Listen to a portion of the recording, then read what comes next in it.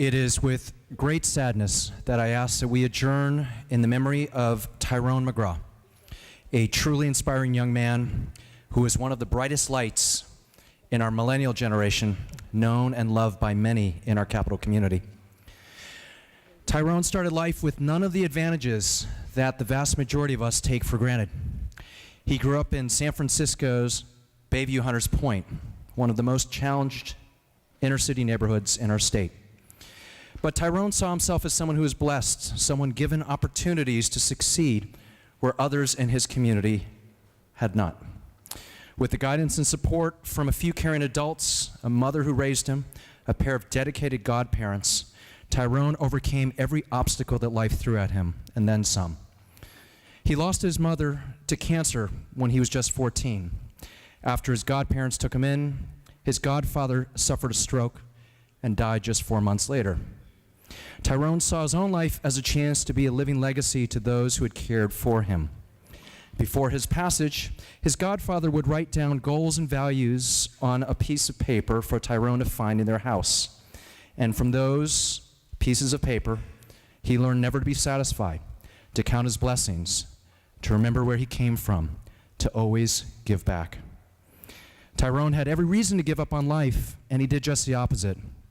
His life was a chance to be a living legacy to those who had cared for him. He was a standout athlete, excelling at football and track and field. He graduated from Archbishop Reardon High School as class valedictorian, declining scholarships from Princeton, Harvard, and Yale to go to Stanford University, where he graduated with honor. Tyrone considered studying medicine, but decided he could help more people by entering public service. He took part in mentorship programs serving young people in Chicago's inner city, externed for California Supreme Court Justice Ronald George, interned at the White House during the Obama administration. And Tyrone brought his talents to this Capitol as an Assembly Fellow and ultimately as a Capitol staffer. He made an immediate impression on everyone he met. Tyrone was generous and caring, gracious and humble, warm and genuine, someone all of us knew would go on to do great things. And while he often felt the weight of expectations from those around him, he would always help a friend or a colleague in need without a moment's hesitation. Tyrone was diagnosed with cancer in 2014.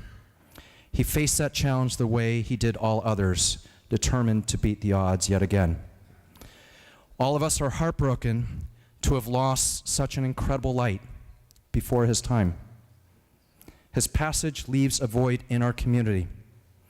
But his memory does not end with his passing, because he exemplified the very best of human spirit.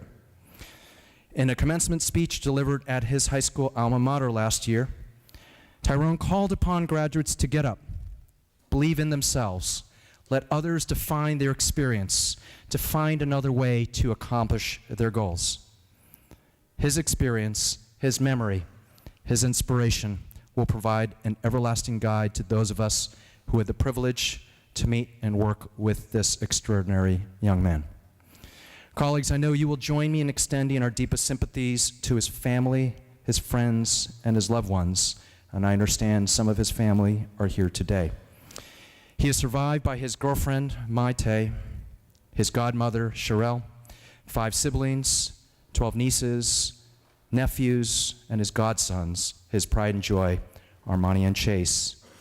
To all of them, know that we are thinking and that we are caring for you in the same way that Tyrone cared for all of us.